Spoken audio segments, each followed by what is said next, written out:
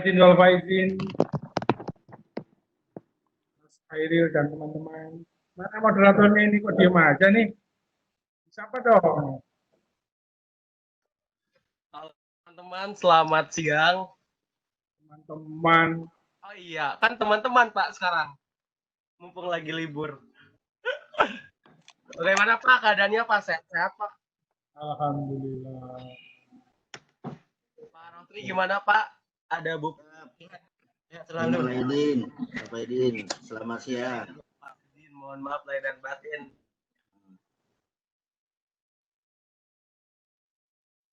Om Faris, gimana Om Faris? Sehat Om? Ya, Aidin wal faizin semuanya. Iya. Mohon maaf lahir batin Om. Sama-sama Om.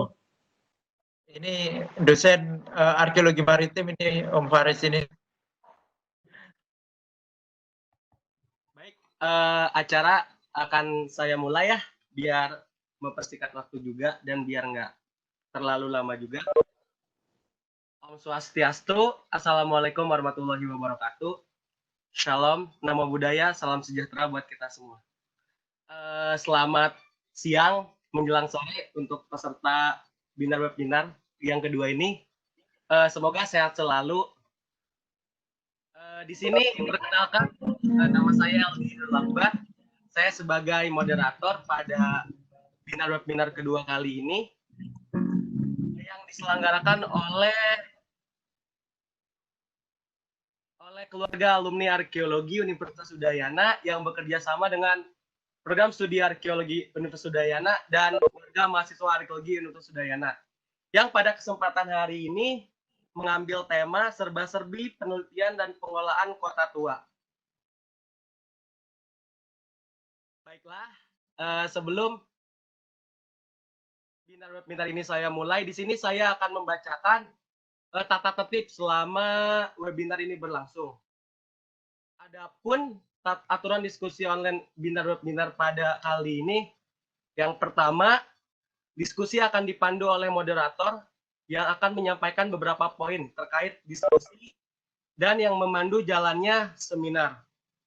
Yang kedua, peserta mengatur kondisi mikrofon dalam keadaan mute selama materi disampaikan oleh narasumber. Yang ketiga, jika semua narasumber telah selesai menyampaikan materinya, maka moderator akan memberikan kesempatan kepada peserta untuk bertanya.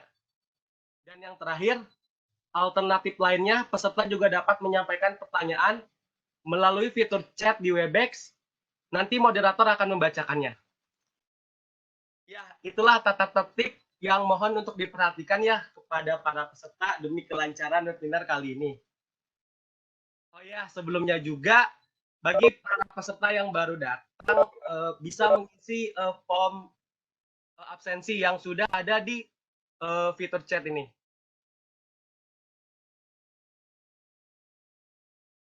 Oke, untuk mempersingkat waktu, langsung saja saya akan bacakan CV pemateri yang pertama, yaitu ada Bapak Dr. Irfanuddin Wahid Marjuki Dr. Irfanuddin Wahid Marjuki SSMA. Sebelumnya, saya akan membacakan CV pemateri pertama kita secara singkat. Beliau lahir di Klaten pada tanggal 17 Mei 1975, menyelesaikan pendidikan S1 di jurusan Arkeologi Universitas Udayana pada tahun 2000. Serta menyelesaikan S2 program studi Arkeologi Universitas Gadjah Mada pada tahun 2012 dan program Doktor Ilmu-Ilmu Humaniora Universitas Gadjah Mada pada tahun 2019. Saat ini, beliau bekerja sebagai peneliti muda di Balai Arkeologi Sulawesi Utara. Beberapa tulisan ilmiah pernah diterbitkan oleh jurnal tekstual, jurnal Papua, Naditira, dan beberapa jurnal lainnya. Selain itu juga, beliau menulis buku yang berjudul Arkeologi Perkotaan Gorontalo, Perkembangan Kota dan Sebaran Bangunan Indis di Kota Lama Gorontalo yang diterbitkan oleh Pustaka Larsan tahun 2019. Baik, apakah Bapak Dr. Irfanuddin Wahid Marjuki sudah siap, Pak? insya Allah sudah. Kabarnya gimana Pak? Alhamdulillah sehat-sehat ini. Sekarang di Gorontalo atau di mana Pak? Di Manado saya. Oh di Manado ya Pak. Gimana Pak Manado terkait COVID ini Pak? Ya untuk sementara aman-aman saja. Torongnya tidak pernah keluar rumah masalahnya. Cuman di kantor, rumah kantor saja. Oke Lanjut, baik. Pasir Kamari.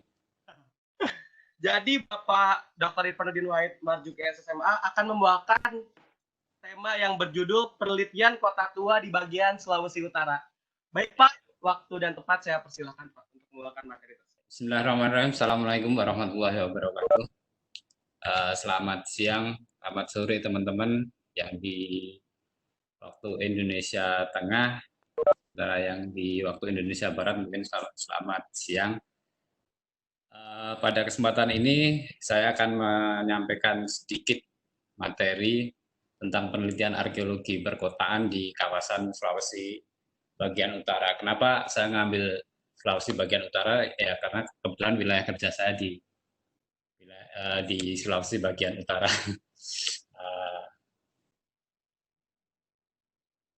Ini penelitian ini beberapa penelitian kami lakukan, saya pribadi dan juga dengan tim dari Balai Arkeologi Sulawesi Utara. Jadi penelitian yang pribadi itu berupa tesis saya ketika penelitian di Gorontalo dan juga tentang disertasi saya di kota-kota di Minahasa. Jadi tentang mungkin untuk peserta yang baru join bisa dimatikan mikrofonnya. Ya, kita sebelum masuk ke penelitian arkeologi perkotaan di Sulawesi bagian utara, arkeologi perkotaan sendiri merupakan salah satu cabang dari arkeologi yang bisa dikatakan masih baru, karena di Indonesia sendiri pada tahun 70-an dimulai dengan Pak Uka Chandra Sasmita, itu SKI 3 ya kalau nggak salah, kemudian dilanjutkan Pak Hasan Muarif Ambari dan juga Prof. Inayati atau Bu Popi. Untuk perkotaan sendiri, sementara teman-teman arsitek sama tata kota yang banyak membahas tentang arkeologi perkotaan. Jadi secara umum dikatakan bahwa studi arkeologi perkotaan merupakan studi arkeologi yang mempelajari hubungan antara budaya material, tingkah laku, dan kegiatan manusia masa lalu dalam suatu kota. Dapat juga dikatakan sebagai tinggalan arkeologi tentang budaya kota dengan tinggalan arkeologi yang berupa himpunan sarana fisik, terutama bangunan, sarana produksi, dan jaringan jalan. Ya, ini beberapa tentang arkeologi perkotaan. Kemudian pengamatan arkeologi perkotaan meliputi lingkungan fisiknya, berupa topografi wilayah dan sebagainya, kemudian pengamatan artefak, kemudian pengamatan fitur, dan juga etnosejarah meliputi toponim dan sumber-sumber sejarah. Ini adalah pengertian kota. Jadi secara sederhana, kalau dalam istilah yang sederhana bisa dikatakan kota itu suatu wilayah yang dikelilingi oleh tembok. Mungkin di sini bedanya dengan di luar, di Indonesia saat ini belum ketemu atau belum ditemukan adanya situs perkotaan atau kota prasejarah. Mungkin suatu saat atau kedepannya ditemukan lokasi-lokasi situs dari prasejarah. Sementara yang ada saat ini yang banyak baru Islam, kolonial, dan juga ada beberapa pada masa pasca akhir, misalnya Majapahit yang menjadi disertasi dari Pak dosen di UGM. Nah, perkembangan kota sendiri di Indonesia itu menurut NAS itu ada 4, ada kota Indonesia awal, itu kota-kota kerajaan sebelum kedatangan bangsa Eropa, dan kemudian kota Indis adalah perpaduan antara kota kerajaan dan kota awal, kolonial, awal kedatangan kolonial di Indonesia dan juga kota kolonial. Ada kota-kota yang dibangun oleh orang Eropa di Indonesia biasanya setelah tahun 1870 dan dia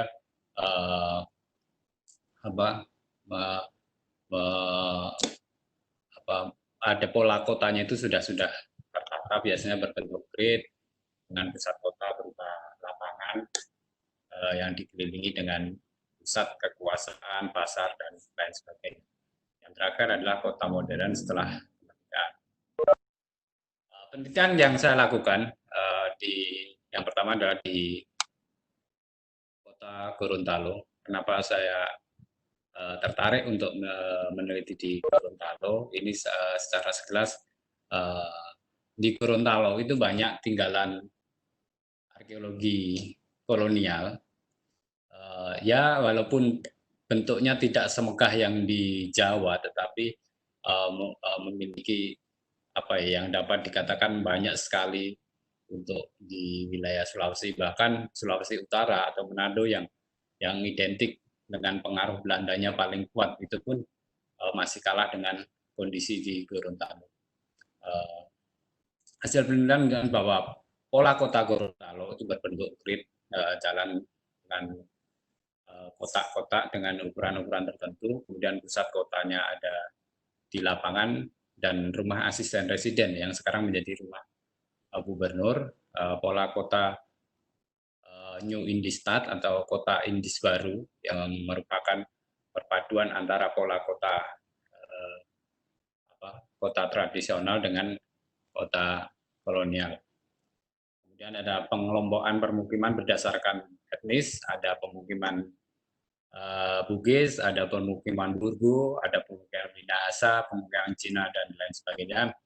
Dan terdapat benteng pertahanan, walaupun ini juga sudah tidak ada sama sekali tinggalannya benteng pertahanan di Gorontalo. Bahkan kita tanya-tanya ke narasumber pun jarang sekali yang mengetahui keberadaan benteng di Gorontalo. Sementara berdasarkan data dari KITLV dan juga arsip-arsip Belanda bahwa pernah terdapat 2 benteng di kota Gorontalo. Kemudian tinggalan arkeologi masa kerajaan sebelum masa kolonial masuk itu sudah hampir dikatakan sudah tidak ada. Tidak ada juga keraton, tidak seperti di Jawa, itu juga sudah tidak ada. Nah, ada beberapa kemungkinan kenapa tidak ada tinggalan istana atau keraton di Gorontalo, karena yang pertama raja itu tidak turun-temurun, jadi ada yang dipilih. Kemudian ketika dia menjadi raja, dia tinggal di rumahnya sendiri, nanti ketika berganti akan tinggal di rumah yang penggantinya. Ada juga yang berpendapat bahwa kenapa tidak ada istana yang permanen, itu karena menurut kepercayaan Gorontalo itu bahwa rumah itu sudah ketika membuat rumah atau istana itu sudah diukur sesuai dengan penghuninya. Jadi ketika penghuninya meninggal, penghuni baru dia akan membuat rumah dengan yang disesuaikan dengan ukuran tubuhnya. Ada yang berpendapat seperti itu. Ini jadi ininya Gorontalo, letaknya di pantai, kemudian lokasi pusat pemerintahan berada di pusat kota. Nah, kenapa saya di sini sebutkan lokasi pemerintahan di pusat kota? Apakah ada lokasi pusat pemerintahan tidak di pusat kota? Ada, nanti di kota-kota di Minahasa itu ada pusat pemerintahannya, itu tidak di pusat kota tetapi di luar kota. Padahal itu kota yang berasal dari masa kolonial. Pusat kota Gorontalo berupa kantor asisten residen dan lapangan yang menjadi lapangan 45, komponen kota berupa buka, pemukiman, perkantoran, bangunan pertahanan, rumah ibadah, pelabuhan dan pasar,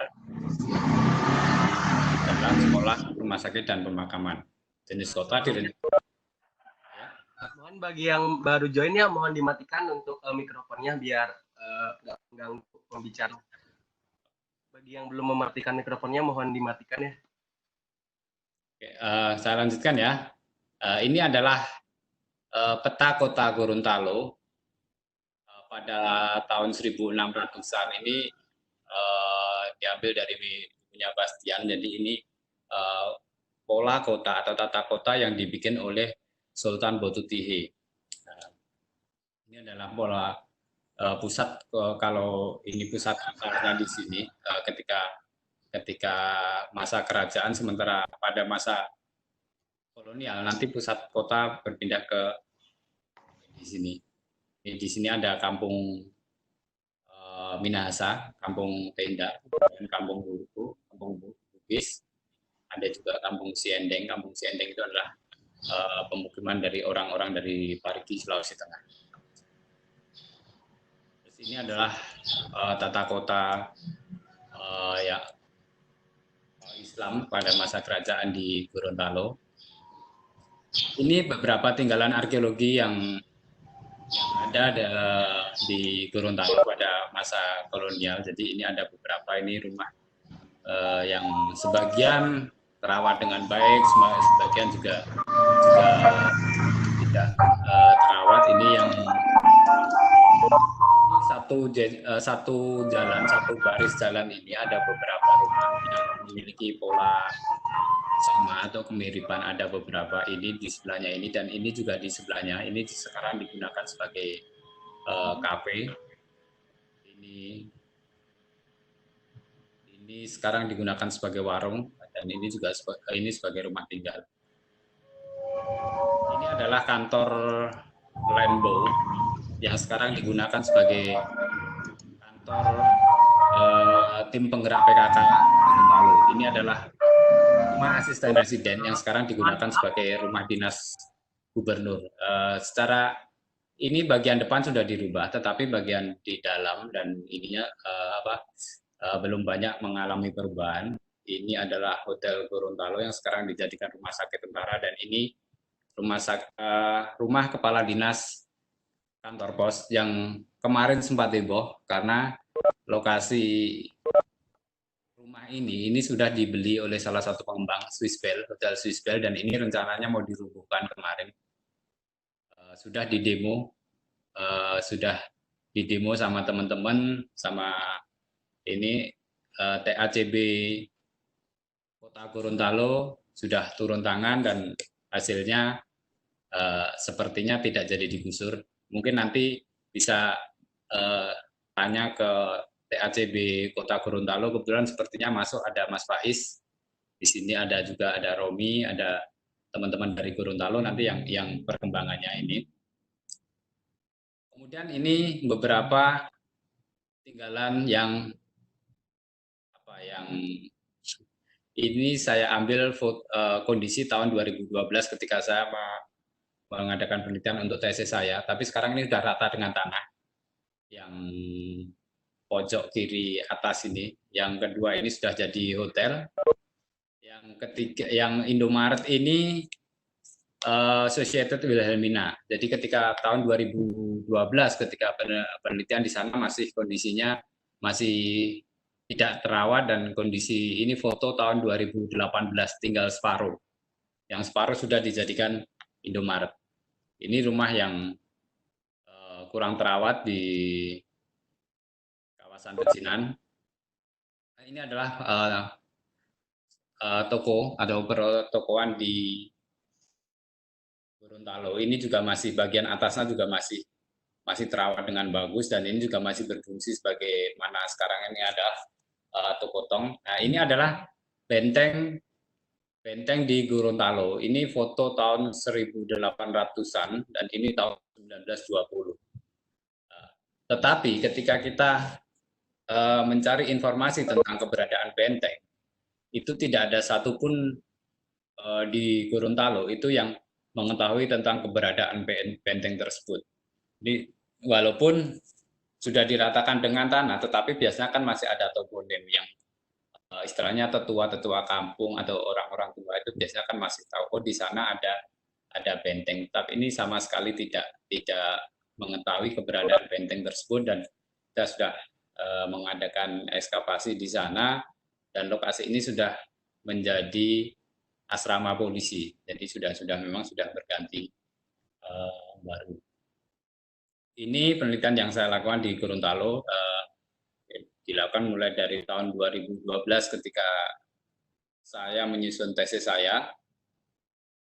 Hasil ini sudah saya bukukan di sini di buku Arkeologi Perkotaan Gorontalo. Mungkin bisa teman-teman bisa kalau mau ini bisa di Pustaka Larasan.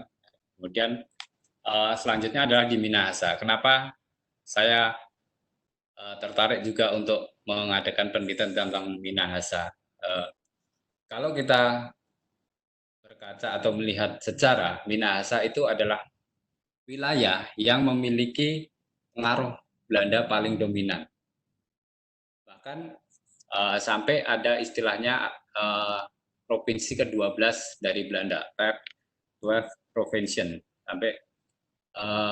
Sampai tahun 50-an pun masih ada partai Twakpro Provincial itu. Jadi secara pengaruh budaya Belandanya itu dominan sekali, tetapi tinggalan arkeologis kota bangunan itu hampir dikatakan tidak ada, sedikit sekali di Minahasa, apalagi di Manado itu sudah tidak ada. Bahkan kalau kita ke kampung-kampung atau ke wilayah pedalaman Minahasa itu opak-opak dan oma itu mereka masih fasih berbahasa Belanda. Sampai sekarang pun ada beberapa kosakata itu yang kosakata bahasa Belanda seperti place, kas, dan lain sebagainya. Nah, penelitian ini saya lakukan juga dengan teman-teman dari Balai Arkeologi Sulawesi Utara dan juga saya sendiri. Ketika saya sendiri, saya untuk menyusun disertasi saya kemarin tentang perkembangan tata ruang kota pantai dan kota pedalaman di Minahasa. Jadi secara umum kota di Minahasa dapat dibedakan menjadi antara kota pantai dan kota pedalaman. Kota-kota tersebut ada yang menjadi pusat pemerintahan, ada residen, ada asisten residen, kemudian ada abdeling, dan juga pusat pendidikan dan penyebaran agama. Kenapa? Karena berdasarkan data sejarah tahun 1800-an itu di Minahasa itu sudah hampir 200 sekolah. Sudah hampir ada 200 sekolah.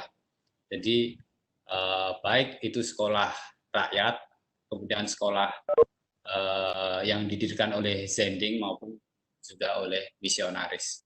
Hampir 200-an. Kemudian ada beberapa perbedaan nanti antara pola kota pantai dan kota pedalaman di Minahasa. Ini adalah perbedaan struktur tata ruang kota-kota di Minahasa.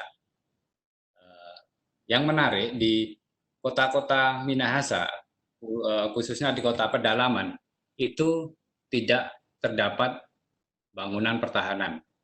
Jadi umumnya kota-kota kolonial itu kan ada bangunan pertahanan, tetapi di Minahasa tidak terdapat bangunan kolonial.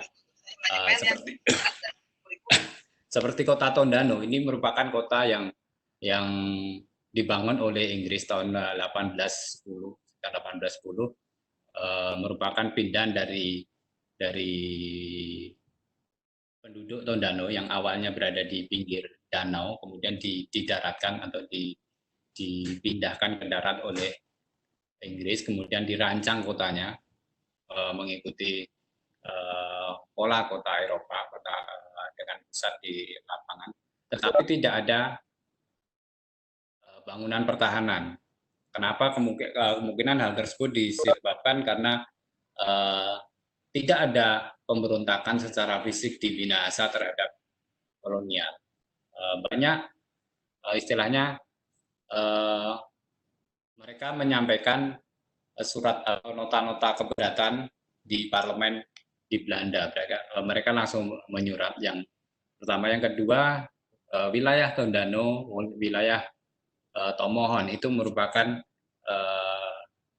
penghasil tentara Kenil. Jadi banyak anak-anak muda di Minahasa itu yang mendaftar menjadi tentara Kenil di tentara Belanda. Bahkan mereka dikirim sampai ke Aceh, sampai ke Jawa dan lain sebagainya.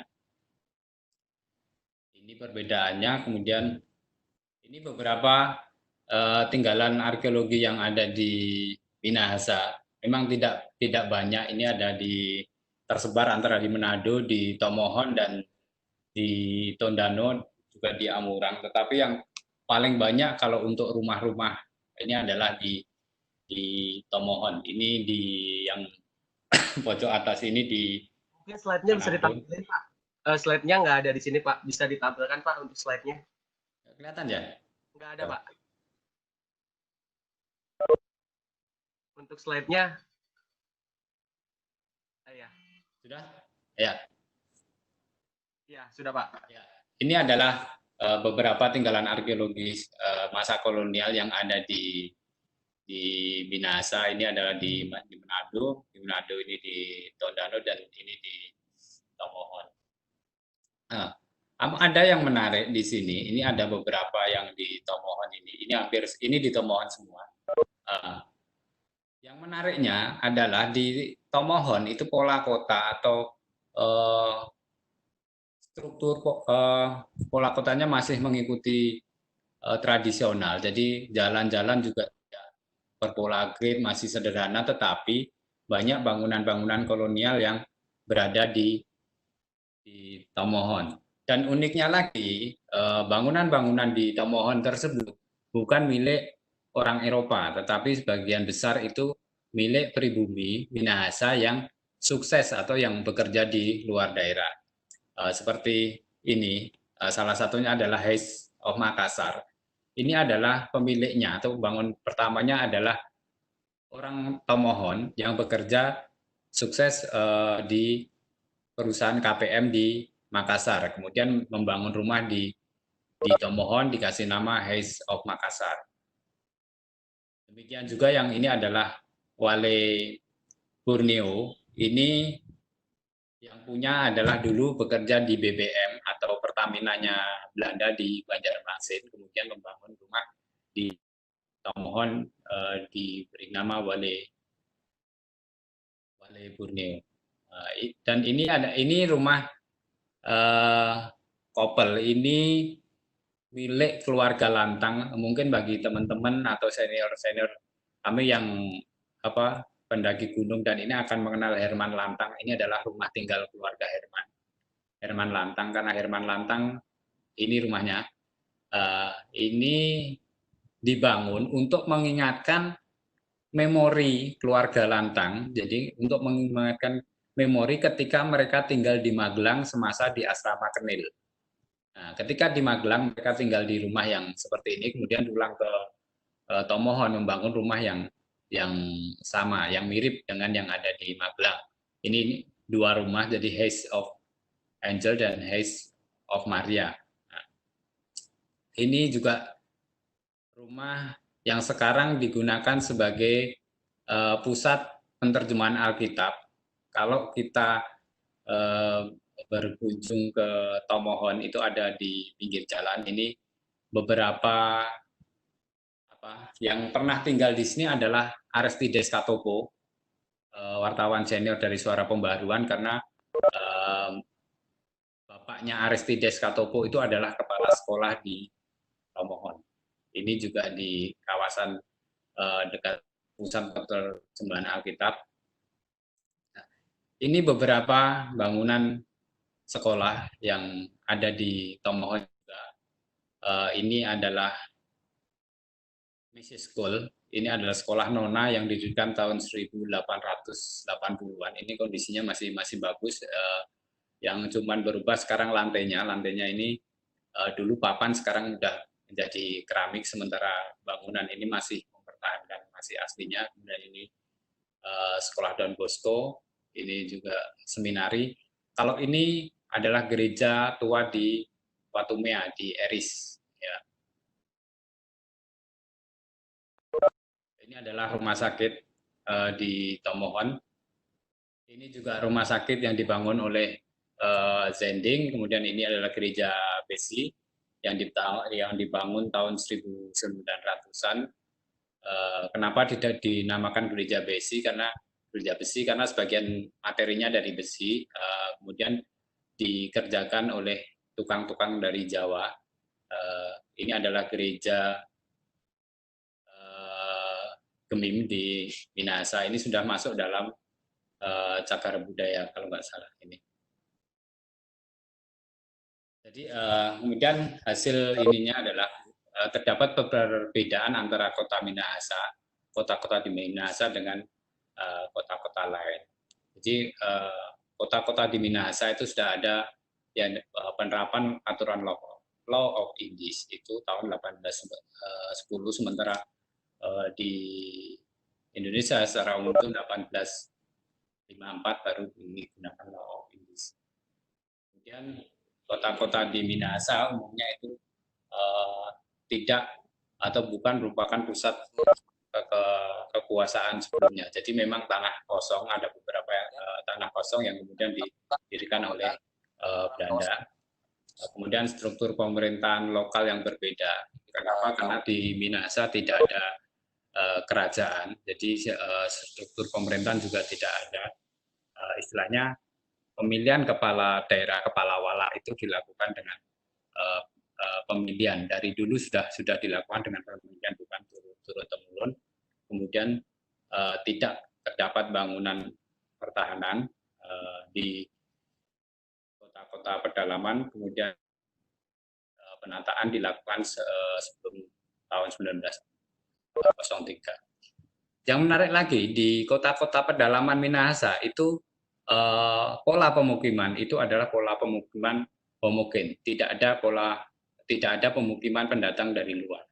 Jadi misalnya di Tondano dan di Tomohon itu tidak ada pemukiman dari luar di dalam kota. Memang ada pendatang-pendatang baru, mereka ditempatkan di luar wilayah kota seperti Jawa Tondano dan Jawa Tomohon. Itu adalah tahanan-tahanan politik yang dibawa pemerintah Belanda ke Tondano dan Tomohon.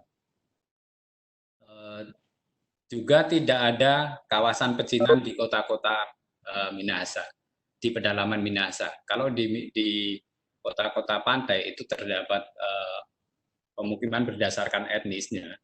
Ada kampung Ternate, ada kampung Tondano, ada kampung Kakas, Remboken, kampung Cina, kampung Arab, dan sebagainya.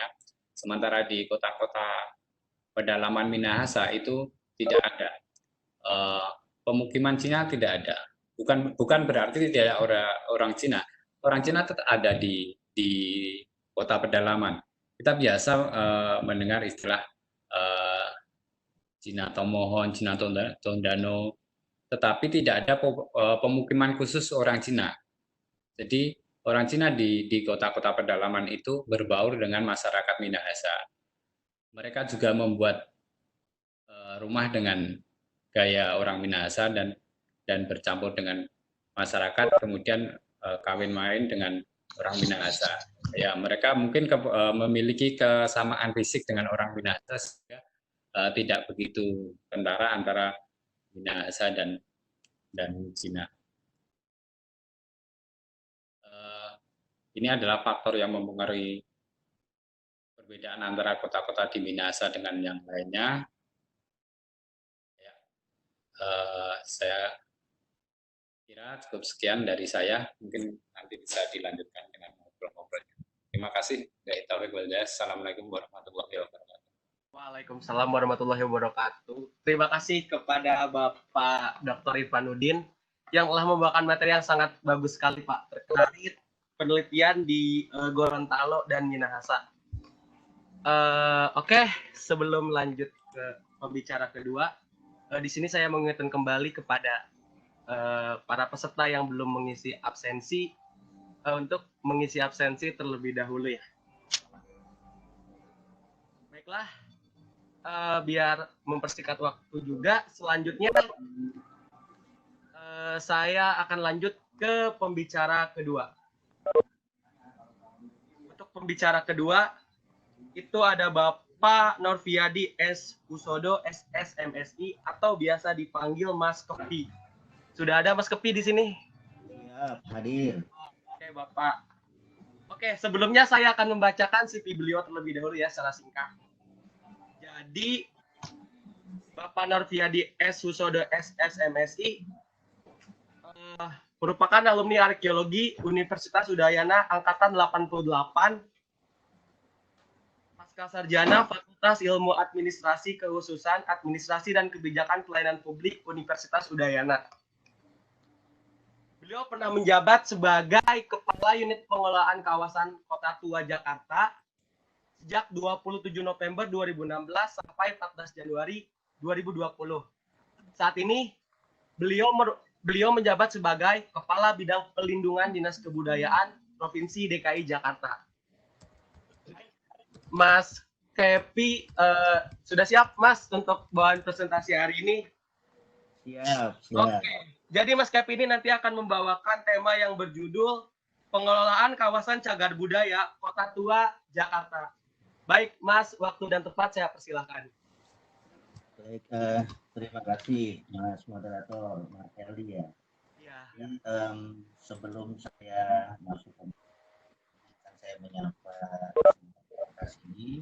Assalamualaikum warahmatullahi wabarakatuh. Om Swastiastu, Namo Buddhaya, selamat siang dan salam sejahtera. Dan yang selanjutnya izinkan juga saya menyapa ada beberapa yang saya cukup familiar ya. Pasti yang pertama adalah Pak Rotri yang mengundang saya untuk memberikan informasi tentang kawasan Kota Tua. Ternyata ada senior saya juga yang lebih senior lagi, Pak Agus Widiatmoko ternyata hadir di sini. Ada Pak Hair Anwar. Ini rekan saya kalau nggak salah dari Udayana juga ya, gitu kan, senior juga ini.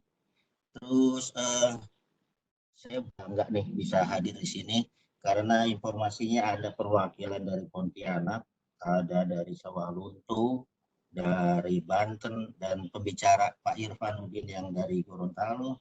Tentu saja juga semua rekan-rekan yang ada di Bali. Jadi pas kalau tadi pembicara pertama itu dari peneliti, praktisi, dan saya akan coba sharing tentang pengelolaan dari sisi pemerintah atau birokrat yang akan dipaparkan. Mungkin sambil menunggu bahan paparannya ditayangkan oleh moderator, saya sampaikan tentang informasi singkat tentang pengelolaan kawasan Kota Tua Jakarta. Dan ini menjadi salah satu sharing informasi bagi para pengelola Kota Tua juga. Ada yang dari Sawalunto nih udah Gino juga, gitu kan. Mungkin ada komunitas heritage dari Semarang atau dari kota-kota lain. Untuk moderator boleh ditayangkan dengan paparan yang sudah saya kirimkan. Oke Pak, sebentar ya Pak.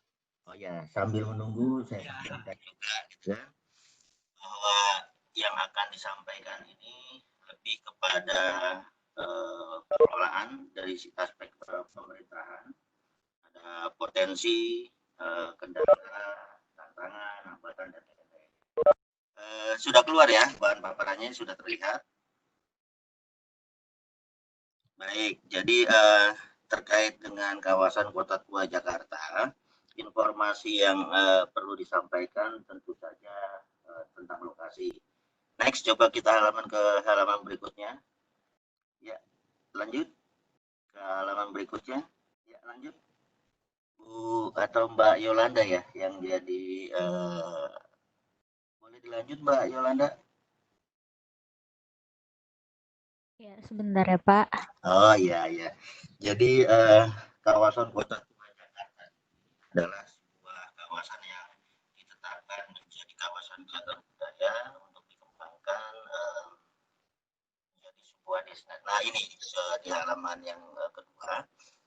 Jadi lokasinya bagi yang sudah pernah ke kawasan Kota Tua, ini lokasinya 80% ada di wilayah Kota Jakarta Barat. 20%-nya ini masuk di wilayah Jakarta Utara. Terlihat ya kursornya kan di sana. Nah, ini yang dikembangkan area utama adalah zonasi inti sekitar Taman Fathahillah dan Kali Besar. Nanti akan dikembangkan juga dengan menghubungkan subkawasan lain seperti ada di Pecinan, Pekojan, dan Sunda Kelapa. Coba kita lanjutkan ke halaman berikutnya, Mbak. Ya, untuk program pengembangan kawasan kota Jakarta, sudah ada 6 sampai 7. Mas Kepi mungkin lebih dideketin.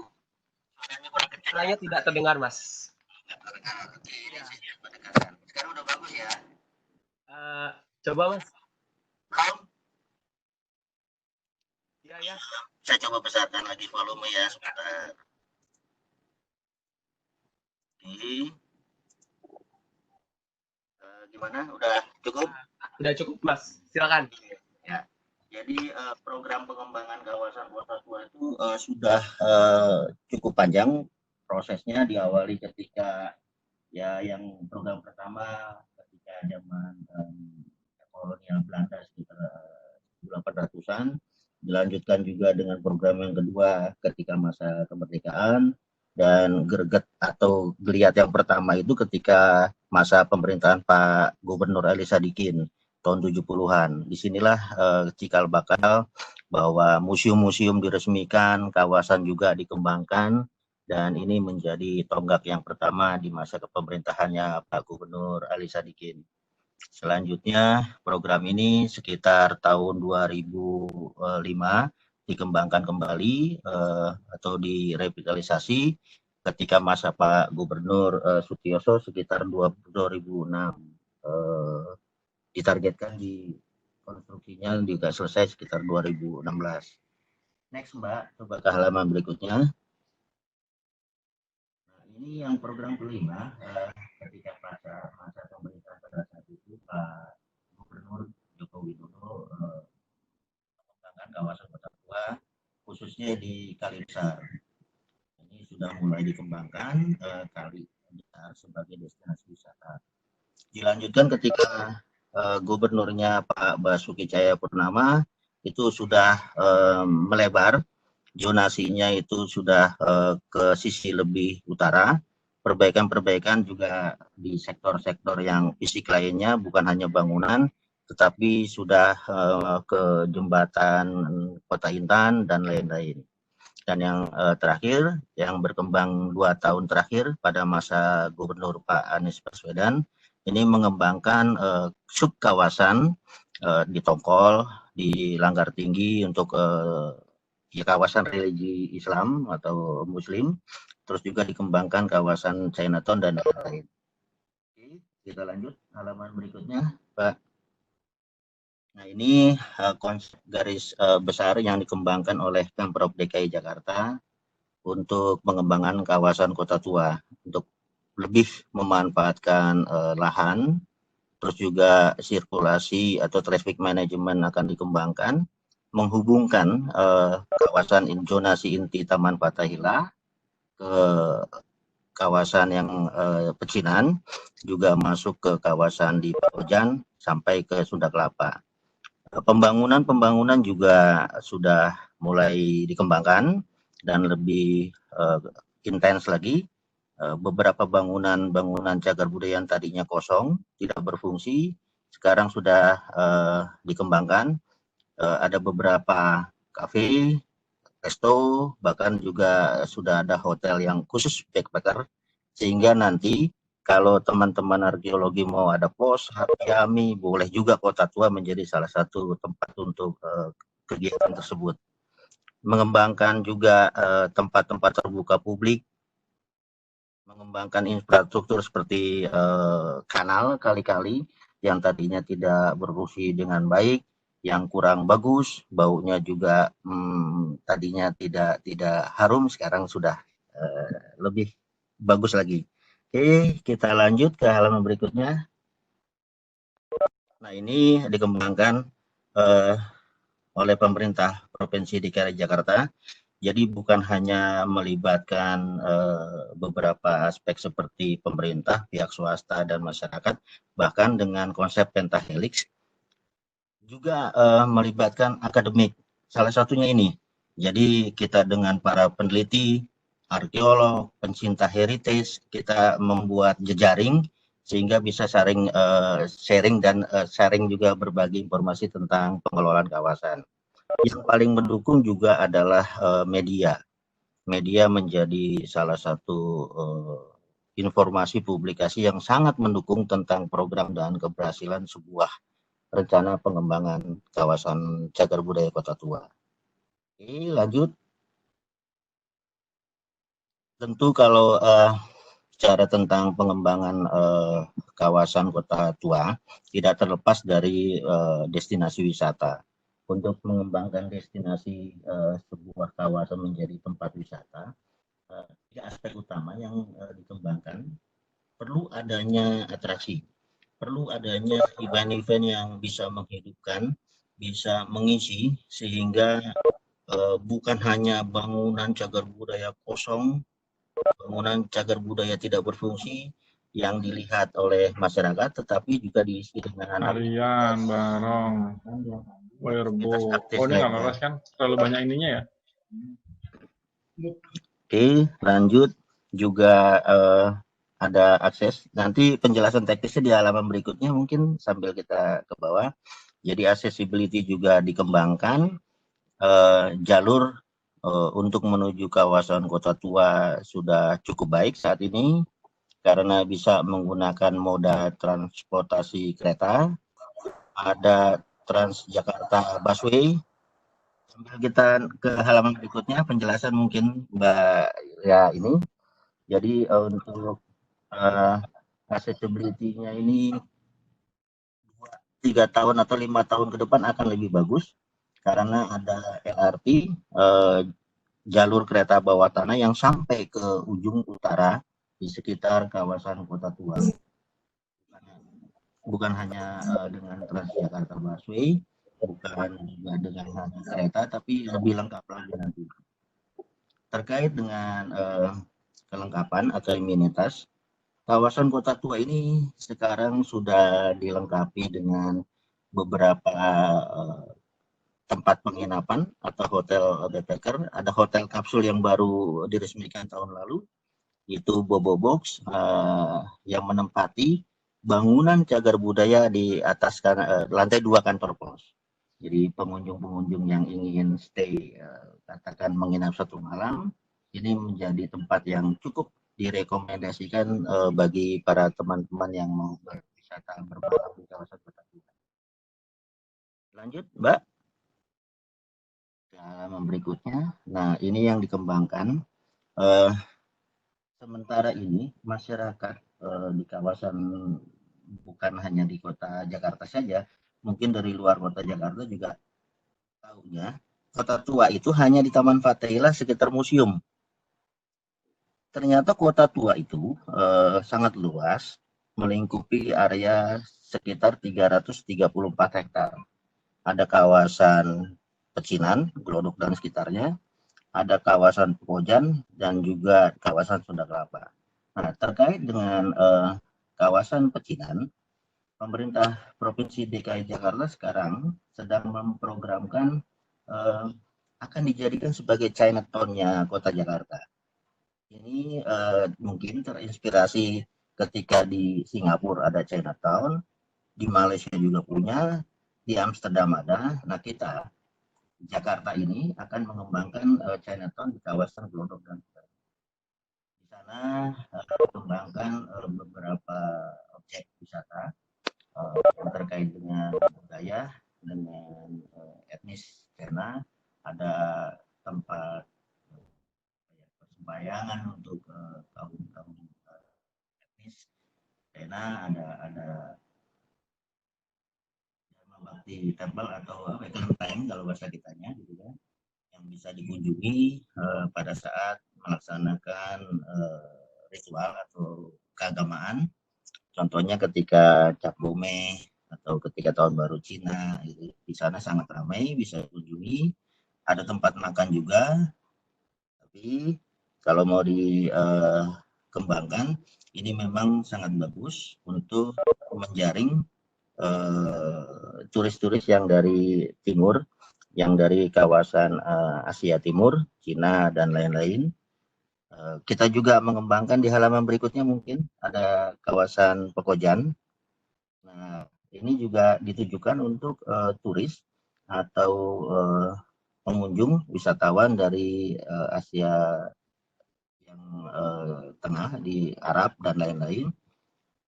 Ada paket wisata yang kita bisa berkunjung ke museum, ke masjid-masjid yang tua, punya nilai sejarah tinggi. Ini seperti heritage-nya Langgar Tinggi, ada Masjid Langgar Tinggi, dikembangkan di sana juga tempat ibadah. Ada Masjid An-Nawir. Nah, untuk tempat makan pun yang sesuai dengan tradisi etnik Muslim, nah, kita bisa kembangkan paket wisata untuk wisata halal di kawasan Pekojan ini. Lanjut. Bagi yang terkait dengan turis atau yang senang dengan wisata sejarah, ada kawasan Sunda Kelapa. Sunda Kelapa ini kalau boleh dibilang menjadi mother of Jakarta. Kelahiran atau mulai lahirnya kota Jakarta diawali dari Sunda Kelapa ini.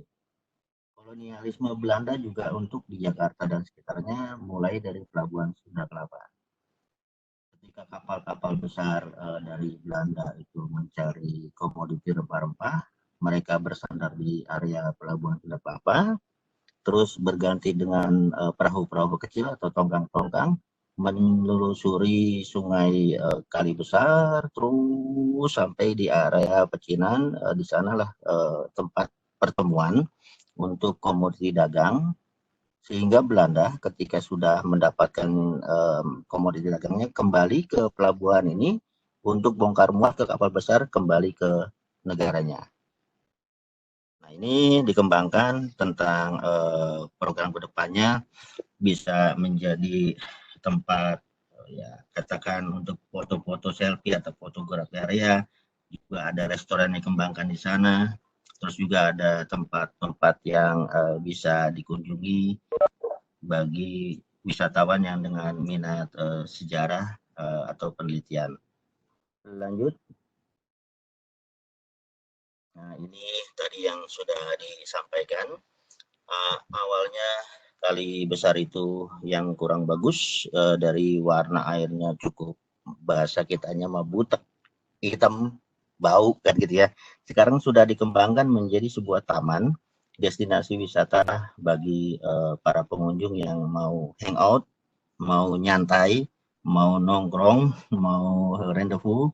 Ini menjadi salah satu upaya sehingga pengunjung bukan hanya bertumpuk atau berkumpul di Taman Fatahillah, mereka juga sudah bisa untuk berkunjung di area lain. Salah satunya di Kali Besar ini menjadi destinasi wisata pilihan di kawasan Kota Tua. Lanjut, Pak, halaman berikutnya. Nah, ini program atau pengembangan di kawasan Kali Besar. Walaupun pengembangan pemanfaatan kawasan Kota Tua ini tujuannya nanti adalah lebih kepada destinasi wisata, tapi ya di sana juga diperhatikan tentang aspek-aspek perlindungan tentang cagar budaya.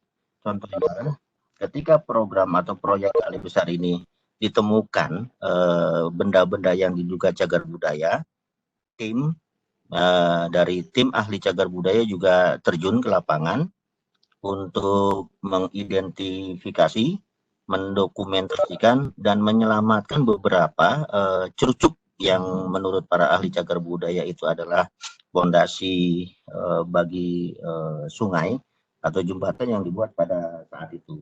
Nah, diselamatkan, diamankan, namun program ini tetap berjalan, tetap berlanjut, sehingga aspek perlindungan tetap dijaga, pengembangan dan pemanfaatan tetap dijalankan. Nah, ini sinergi yang harus dikembangkan, sehingga perlu ada peran dari para arkeolog, peran dari para peneliti untuk dapat melestarikan benda-benda atau artefak-artefak cagar budaya yang ada di kawasan Kota Tua. Lanjut. Nah, ini gambar yang menunjukkan bahwa setelah dikembangkan, dimanfaatkan menjadi objek atau destinasi wisata, Kali Besar sudah cukup bagus, sangat bagus, bahkan menjadi salah satu objek utama selain Taman Fathahillah yang dengan museum-museum di sekitarnya itu. Oke, next. Nah, ini salah satu upaya yang untuk melestarikan, mengembangkan, memanfaatkan. Ada gedung yang merupakan cagar budaya juga. Dulunya ini adalah tempat untuk percetakan kalau tidak salah. Direncanakan dikembangkan untuk menjadi lokasi area relokasi para pedagang kaki lima, terintegrasi dengan terminal, sehingga para pengunjung ketika datang ke kawasan Kota Tua, mereka akan drop off di area ini, berinteraksi dengan pedagang-pedagang kaki lima yang ada di sana, baru berkunjung ke kawasan Taman Fathahillah untuk melihat museum dan lain-lain. Nah, program untuk relokasi atau mengumpulkan para pedagang kaki lima ini sudah berjalan, tetapi memang perlu ada perbaikan dari aspek-aspek lain yang dikembangkan untuk area di sekitar Taman Kota Intan ini. Lanjut. Ini yang tadi kawasan Taman Kota Intan yang kosong dengan bangunan yang rusak, dicoba kembangkan, dirapikan menjadi area terpadu antara penempatan para pedagang kaki lima dan juga parkir bagi para pengunjung. Next. Ini juga proses dan progresnya ketika pengembangan area yang tadi awal itu kosong, bangunannya rusak, lahannya tidak berfungsi, dikembangkan menjadi penampungan sementara para pedagang kaki lima yang ada di kawasan Taman Fathahillah dan sekitarnya. Lanjut. Pengembangan subkawasan lain adalah di area Pasar Ikan. Ada Museum Bahari di sana, juga dulu ada tempat pasar heksagon, pasar ikan. Ini foto yang menunjukkan ketika pada saat itu sekitar tahun 1860 sampai 1910 kondisi seperti ini. Masih terlihat aktivitas dari para katakan pedagang yang melalui jalur sungai-sungai yang ada di sekitar kawasan Pelabuhan Sunda Kelapa, Pasar Ikan, dan sekitarnya. Lanjut. Ini program pengembangannya ketika proyek ini berjalan, penataan dari aspek seat pile-nya atau sisi-sisi dari sungai itu diperbaiki, dikembangkan. Pasar Ikan sudah direnovasi, sudah direvitalisasi, akan menjadi objek wisata yang menarik. Di sini dikembangkan untuk tempat kuliner dan souvenir kemaritiman yang terkait juga dengan kebaharian. Sehingga kawasan ini pun nantinya dikembangkan menjadi subkawasan destinasi wisata selain Taman Fathahillah. Oke, lanjut. Ini contoh-contoh yang membuktikan bahwa beberapa bangunan cagar budaya yang sudah dan akan terus berlanjut, yang akan direvitalisasi, salah satunya yang menjadi ikon adalah Museum Sejarah Jakarta, yang lebih familiar dengan disebut Museum Fathahillah dengan Taman Fathahillahnya. Kantor pos, ini yang tadi saya sampaikan, di lantai 2-nya sudah dikembangkan dengan readaptive use. Di lantai 2 yang kosong sudah dikembangkan menjadi tempat untuk penginapan atau hotel backpacker. Ada hotel kapsul namanya Bobo Box. Jadi wisatawan bisa memanfaatkan tempat untuk stay atau menginap semalam di sana. Gedung Jasindo awalnya yang di atapnya itu sangat rusak, sudah sangat-sangat tidak bagus, sudah direnovasi, sekarang diupayakan untuk menjadi co-working place atau bagian untuk bekerja sementara atau mengembangkan kantor-kantor yang dikembangkan untuk para pihak swasta yang ingin sewa tempat atau kantor sana. Ada beberapa bangunan juga, ini ada Pancoran Tea House yang di tengah. Awalnya dulu bernama Apotek Chonghua, kosong, tidak berfungsi. Sekarang dengan konsep readaptif juga, bangunannya tetap dipertahankan, tapi fungsinya sudah menjadi tempat untuk resto atau tempat santai dengan nama Pancoran Tea House. Ini dikembangkan dengan konsep PPP, Public Private Partnership. Kebetulan di sana ada konsorsium Kota Tua atau PT Pembangunan Kota Tua, sehingga ini menjadi salah satu tempat yang bisa dikunjungi untuk bersantai di kawasan Kota Tua. Ada juga gedung Ofle dikembangkan oleh PT Pembangunan Kota Tua atau konsorsium Kota Tua. Oke, lanjut. Ini juga beberapa contoh yang dikembangkan yang di kawasan Pasar Ikan, Pasar Heksagon. Ini juga menjadi salah satu program pemerintah provinsi untuk menjadi pusat kuliner atau souvenir yang terkait kematangan. Ada Museum Bahari, ini dulunya adalah gudang rempah-rempah dan ini dipertahankan, dikembangkan.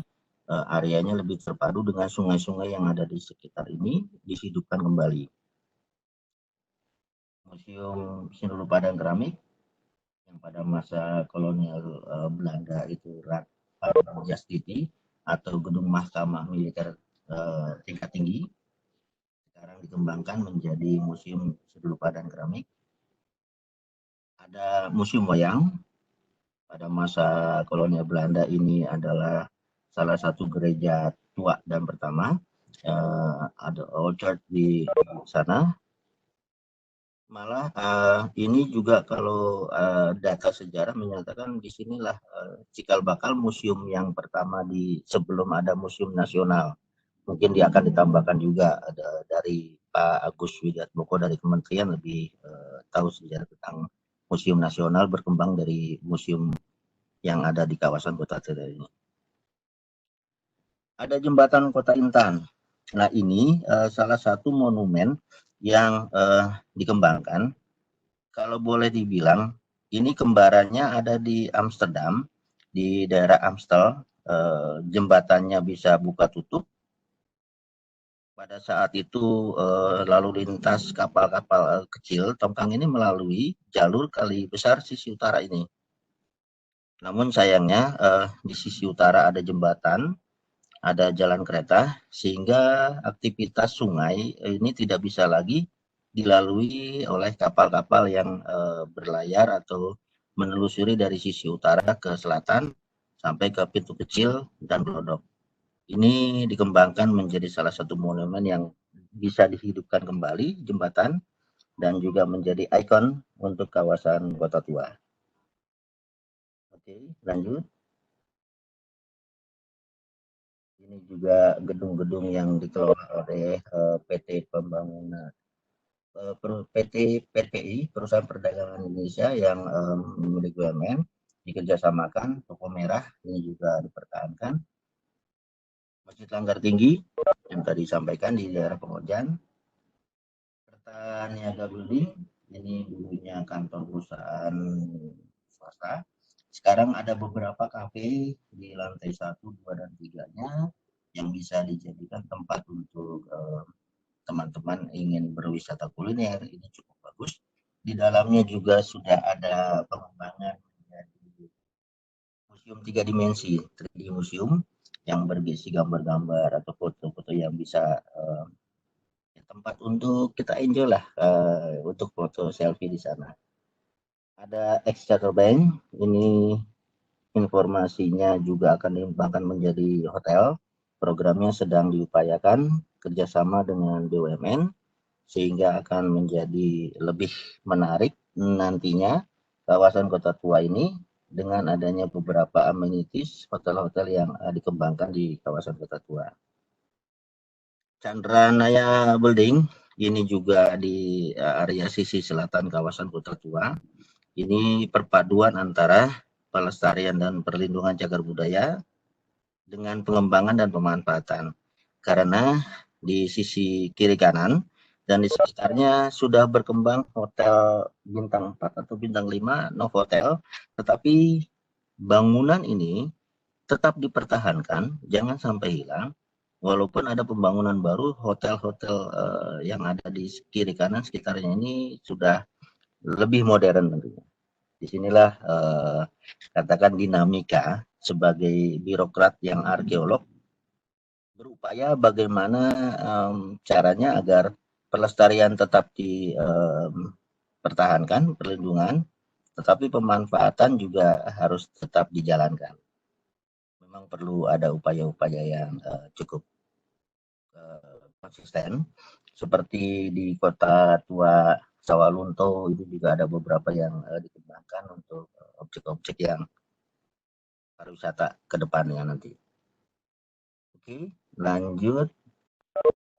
Nah, ini kalau boleh dibilang tujuan dari pengembangan sebuah kawasan cagar budaya tentu ada pemanfaatan, tentu juga ada aspek wisatanya juga. Nah, tempat-tempat ini kalau tidak dikunjungi, kalau tidak ada pengunjung, rasanya juga kurang tepat dan kurang berhasil. Tetapi kalau sebuah kawasan bisa dikunjungi, bisa dinikmati oleh wisatawan atau pengunjung. Ini contohnya ketika ada beberapa teman-teman yang menikmati kunjungan kawasan Kota Tua. Kalau boleh saya sampaikan, jangan pernah bilang ke kota Jakarta kalau belum ke Kota Tuanya. Karena berkunjung ke kawasan Kota Tua, enjoy, happy, dan itu juga dapat dinikmati. Tidak seperti pandangan yang negatif bahwa di sana tidak bagus, kurang dikembangkan. Ternyata teman-teman kalau boleh saya lihat sini, ini dari arkeologi juga ada beberapa juga alumni yang datang ke sana. Ternyata mereka happy dan enjoy. Dan mudah-mudahan yang belum berkunjung bisa berkunjung ke kawasan Kota Tua dan menjadi agent of information tentang sebuah kawasan cagar budaya yang dikembangkan khususnya di kawasan Kota Tua. Oke, lanjut. Nah, yang terakhir kalau boleh ada video yang bisa ditayangkan. Ini salam kami dari kawasan Kota Tua Jakarta untuk semua peserta yang ikut dalam seminar webinar ini.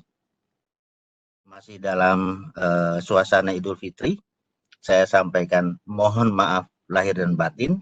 Mohon maaf jika ada kesalahan dan kekurangan dalam penyampaian ini, tapi di bagian akhir saya berikan apresiasi untuk para panitia pelaksana untuk webinar, Pak Rotri dan teman-teman, sehingga semoga kita bisa terus membentuk jejaring, kita bisa networking untuk para pecinta heritage, untuk para arkeolog, dan kita bisa saling sharing, berbagi ilmu tentang pengembangan kawasan cagar budaya dan pengembangan arkeologi di wilayah Republik Indonesia.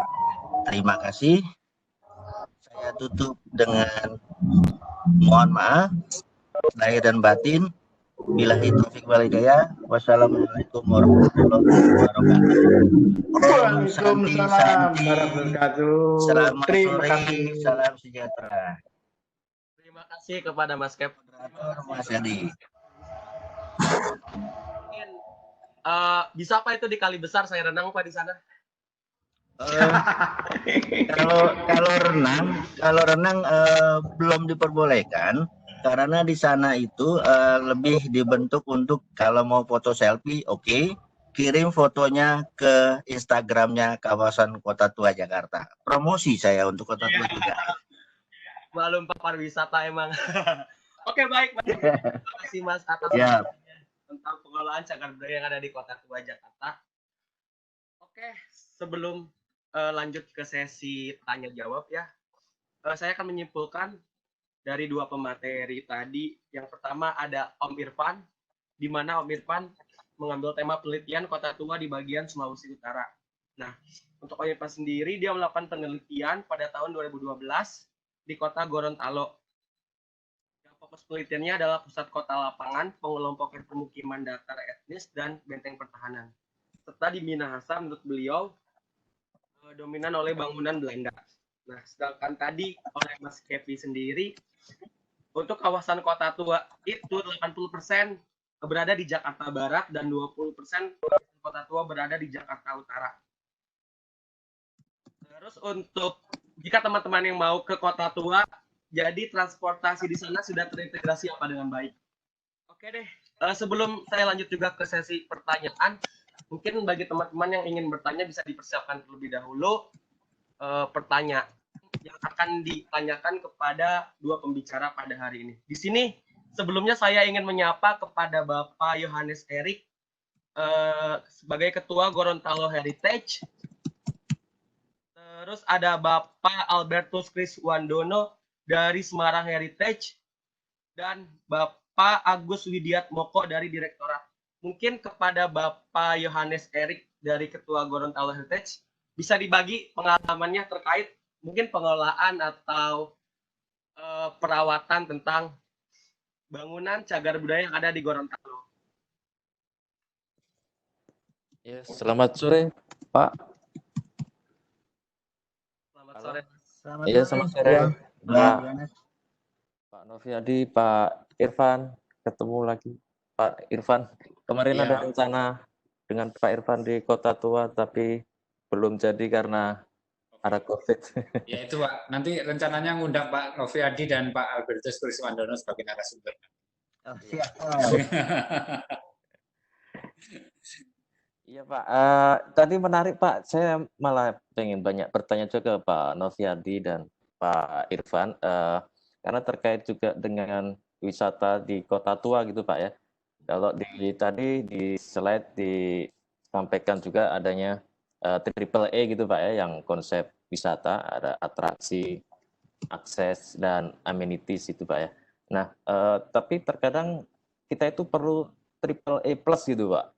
Jadi ada yang kita lupa, ada E yang baru lagi yang perlu kita, apalagi kalau kita lihat sekarang kondisi kita lagi pandemi Pak ya, nah nanti bagaimana Kota Tua itu ada nggak semacam protokol kesehatan gitu ya setelah pandemi ini, bagaimana tata cara kita berwisata gitu. Nah, ada satu E lagi yang menjadi plus itu adalah awareness Pak. Jadi kadang awareness atau kepedulian, pemahaman, pengetahuan baik di tingkatan di triple helix gitu ya, di pemerintahan, di masyarakat dan swasta dalam pengelolaan Kota Tua, terutama pasca pandemi ini. Apakah nanti protokol kesehatan itu sudah dipersiapkan? Karena kalau kita lihat juga, kita review slogannya pariwisata itu Sabta Pesona itu ya. Ada aman, tertib, bersih, sejuk, indah, ramah, kenangan itu ya. Tapi kita kelupaan ada satu, ada kesehatan di situ. Nah, kalau kita lihat kita belajar dari berbagai bencana, itu mungkin masuknya di aman dan bersih gitu ya. Tetapi apakah aman dan bersih itu nanti setelah pandemi selesai itu menjadi sehat gitu?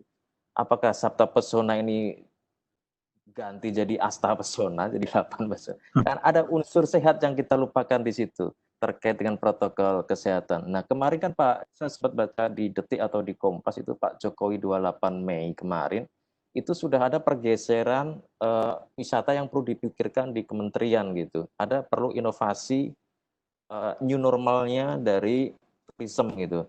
Nah, sudah beralih ke solo traveling, ke wellness tour, ke virtual tour, dan ke staycation gitu ya. Nah, itu jadi pada intinya sudah tidak lagi ada pergerombolan atau kumpulan-kumpulan wisata yang datang secara massal di situ. Nah, bagaimana wisata Kota Tua ini mengantisipasi pergeseran dari new normalnya itu. Tidak hanya dari sisi kesehatan, tapi juga bagaimana wisata secara sadar, secara tadi awareness juga, itu sudah secara sadar datang ke kota tua itu sudah sekaligus sudah dengan melestarikan gitu. Dan juga dengan tidak membawa virus, tidak membawa corona dan lain sebagainya. Nah itu dari sisi perencanaan itu sudah seharusnya itu sudah dibutuhkan bahwa protokol kesehatan ini sudah masuk di perencanaan gitu. Ketika kita merencanakan kota tua untuk menjadi pariwisata, kita sudah harus memikirkan protokol tersebut. Nah ini yang mungkin kita perlu apakah itu perlu sih atau perlu nggak sih kota tua kita bikin seperti itu atau nggak perlu sepertinya kalau kita lihat kota tua Jakarta kan berdesak-desakan juga orang-orang di situ.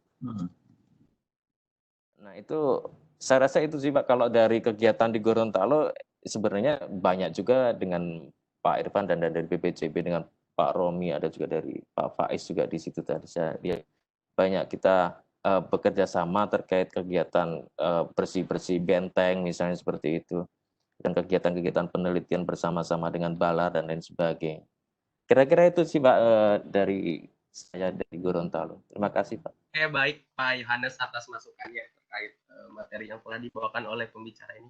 Baiklah, saya ingin menyapa kepada Bapak Albertus Kriswandono dari Semarang Heritage. Mungkin ada masukan atau ada share pengalaman bagaimana sih pengelolaan cagar budaya di Semarang untuk Bapak Albertus Kriswandono. Baik. Terima kasih, Mas. Iya, Pak. Ya, selamat sore, Pak Irfan, Pak Noviadi. Ya, saya mungkin tidak terlalu banyak, tetapi paling tidak masih mengupayakan bahwa semuanya dalam proses ya.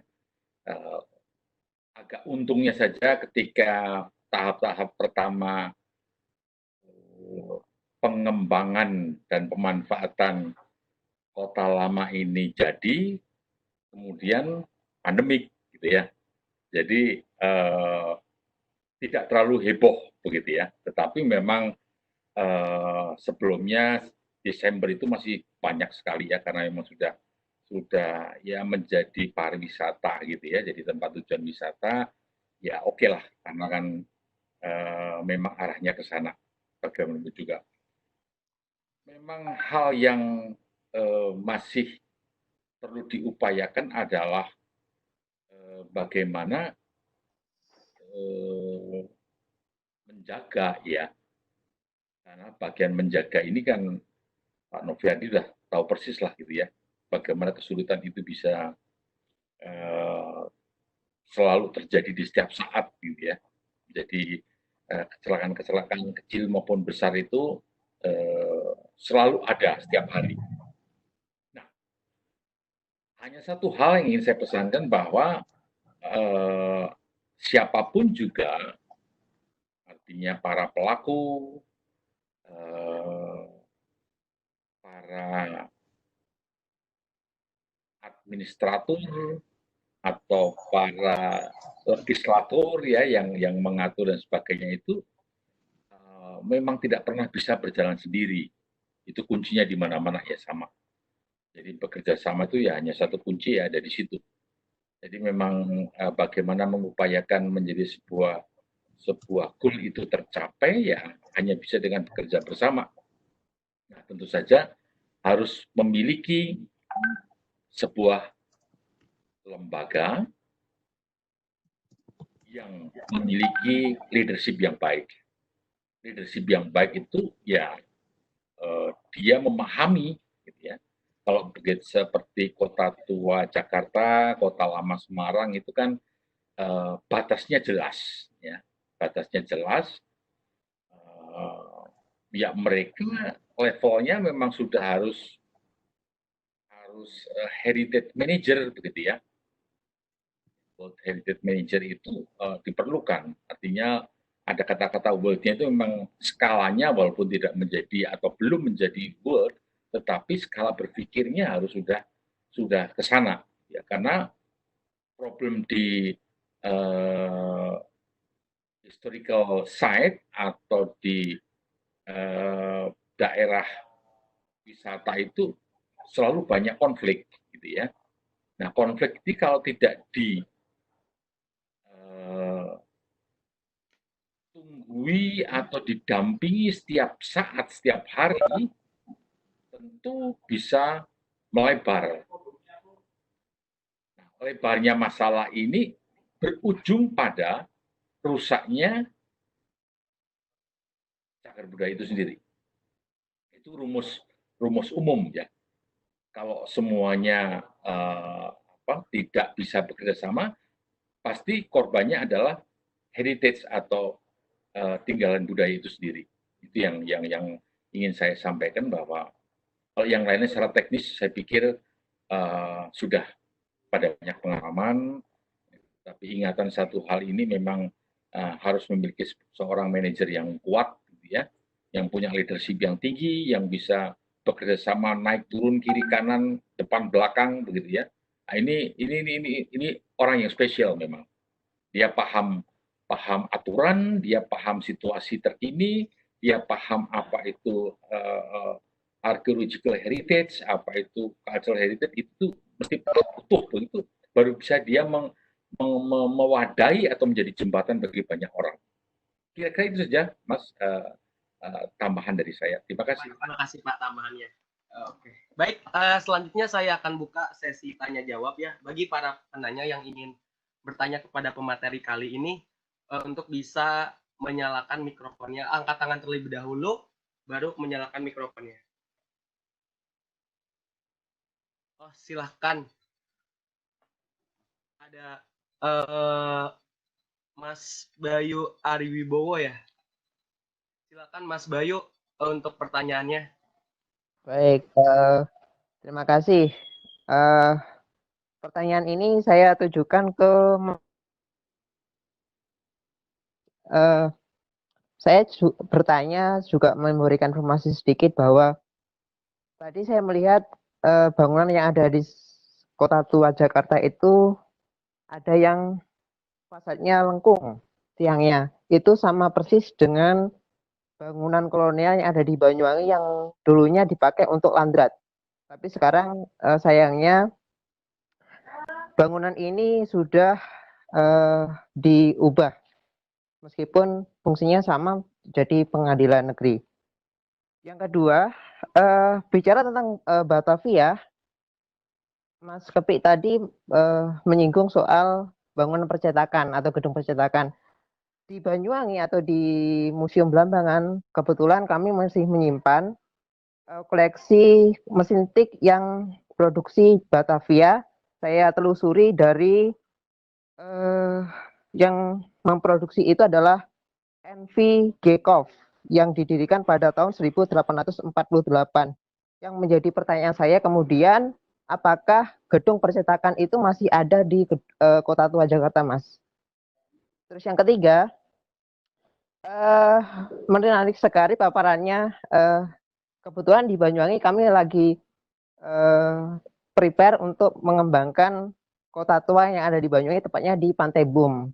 Kebetulan kami juga bekerjasama dengan Marina Bum, itu mereka juga akan membuat sebuah museum tua bekas gudang rempah. Nah, mungkin nanti ke depannya kami berharap bisa bekerjasama dengan pengelola kota tua untuk bagaimana caranya mengelola seperti yang ada di Museum Bahari yang bagus seperti itu. Terima kasih, Mas. Oke, terima kasih kepada Mas Bayu Ariwibowo atas pertanyaannya. Baik, untuk pertanyaan kedua saya persilahkan kepada Bapak Gentri Amalo untuk menyalakan mikrofonnya.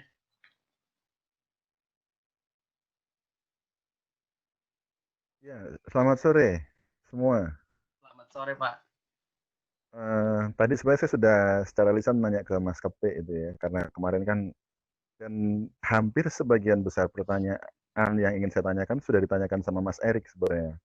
Jadi artinya kan begini, kita mau tidak mau harus cepat mengambil kebijakan untuk menyesuaikan bagaimana manajemen tata kelola kota lama, baik Kota Tua Jakarta, Gorontalo, Semarang, ataupun tadi di Banyuwangi, gitu kan.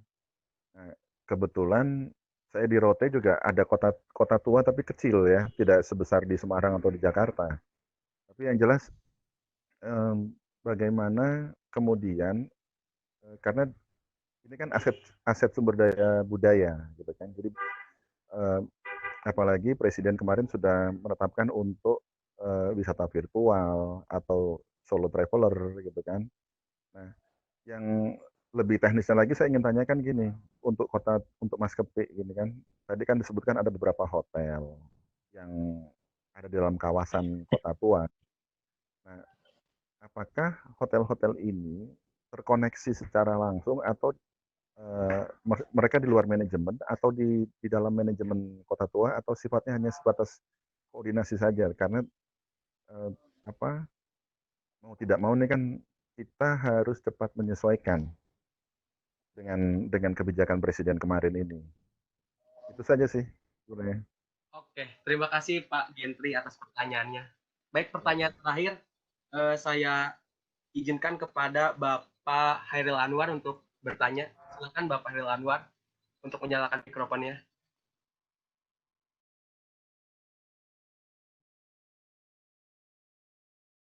Silakan Pak. Sudah Pak. Oh iya, maaf, ini dadakan. Sebetulnya saya tidak mengajukan diri untuk bertanya, cuman memang ada tanggapan yang sempat saya tulis tadi di chat. Saya coba berpikir untuk menangkap peluang sekecil apapun dalam pandemi ini, khususnya bagi pemanfaatan pengembangan Kota Tua sebagai objek wisata. Saya kira ada poin penting tentang protokol COVID ini yang bisa mendukung upaya pelestarian dalam pemanfaatan Kota Tua, terutama pembatasan pengunjung dalam rombongan besar. Ini mengarahkan bahwa penggunaan bus wisata ini akan semakin tidak efektif bagi penyedia jasa wisata karena pembatasan jumlah pengunjung itu tadi. Nah, dengan demikian Kota Tua kita ini justru tidak akan terlalu repot untuk menyediakan sarana aksesibilitas jalan-jalan yang tuntutannya pihak wisatawan ini bisa dilalui oleh kendaraan ya seperti bus itu. Jadi saya kira dengan wabah, dengan pandemi ini peluang bagi kita. Dan saya bersyukur di sini ada Pak Agus, ya, ada Pak, sebetulnya mau juga negor ini Pak Gentry, masa dipanggil Pak Kepe gitu kan nggak enak dalam forum yang nasional seperti ini. Agar didorong sebuah kebijakan hingga selesai pandemi ini pun menjadi protokol wajib bagi pemanfaatan pengembangan Kota Tua sebagai objek wisata tentang ukuran moda angkut.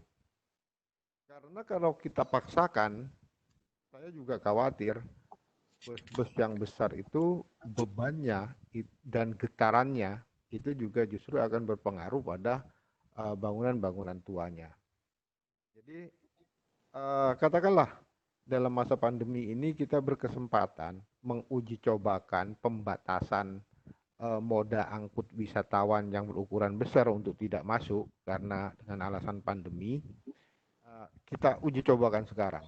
Nah, setelah pandemi ini, saya kira Pak Agus terutama, saya harap bisa mendorong menjadi sebuah regulasi sehingga pemanfaatan dan upaya pelestarian yang menjadi nafasnya Pak Novi terutama dalam pemanfaatan ini, saya kira akan lebih terpuaskan bagi kita yang arkeolog. Saya kira cukup demikian, Mas. Terima kasih. Oke, Pak. Terima kasih, Pak. Saya persilakan kepada narasumber untuk menjawab. Mungkin saya persilakan kepada Om Irfan terlebih dahulu untuk menjawab pertanyaan dari peserta. Silakan.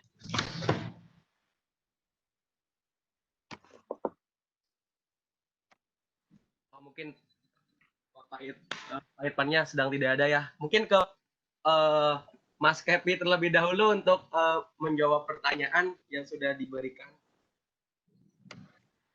Baik ya, sebelum menjawab, izinkan juga saya menyampaikan kepada Pak Hairil nih, gitu kan. Pak Hairil, jadi terkait dengan panggilan Mas Kopi, itu memang permintaan saya, bukan dari kesalahan panitia. Saya ingin lebih familiar dan kita bisa mencairkan suasana, gitu ya. Karena ini juga sama-sama kita sejawat arkeolog, sama-sama pencinta heritage.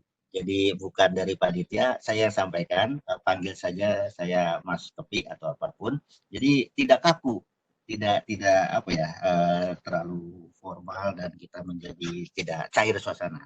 Nah, menjawab pertanyaan, saya ada 3.